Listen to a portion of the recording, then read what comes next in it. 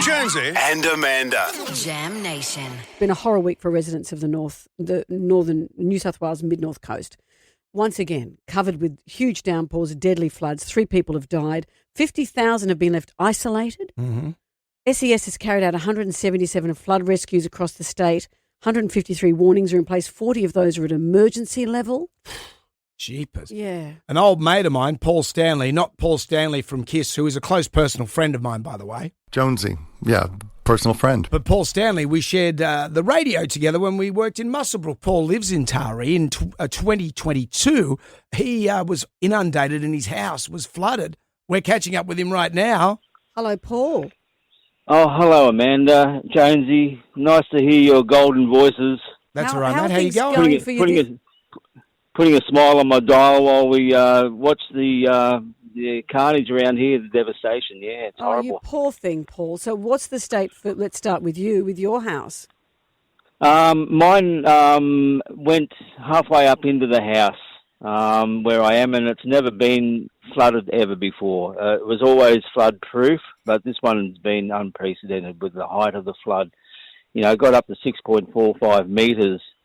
Which is never done around here, and that height was measured on Wednesday night at around 6 p.m. You know, I was lucky to get out Tuesday morning, and I did manage to grab a batch of good stuff, but there's still a lot of like furniture, white goods, clothing, or not clothing, but bedding and blankets and things like that.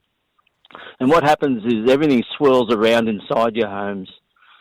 But, you know, for those poor people that the houses were totally under, it's just devastating. And people from further out that aren't near the river just getting inundated with flood water as well and being rescued. It's just incredible, mind-blowing. I saw footage of people just being, you know, rescued, winched from their roofs, terrifying, and leaving houses that they know will be destroyed. Even going back, as you say, to your place, Paul, the mud, the mank, the exhaustion of the process that's still to come. I just hope that there's going to be a lot of volunteers that come, but they'll need to be self-contained, obviously, in their caravans or their RVs or something like that, because there's no accommodation. I am homeless. I'm living out of a van. I'm living at a friend's place, but he's also got other people here staying that don't have a van, so I can sleep in my van to, you know, allocate a bit of a bedroom for others, but... Well, come back to Sydney, mate. You can stay at my Oh, yeah. Look, I'll get a job with you guys, you know. I've got a face for radio, you know that.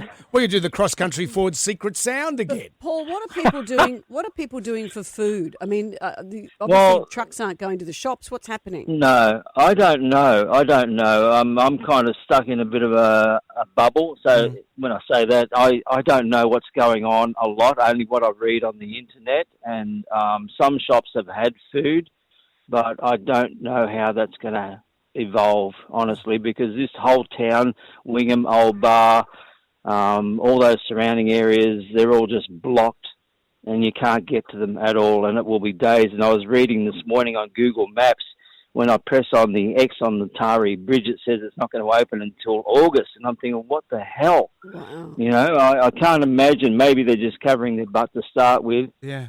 I don't really know, but it had water up to the bottom of it. Maybe it went over it a bit, which was never, ever seen, ever. Wow. And it's a big, massive bridge, so I don't know. All my family that own the farm where I live, I grew up there, and they own it now, my brother and his children.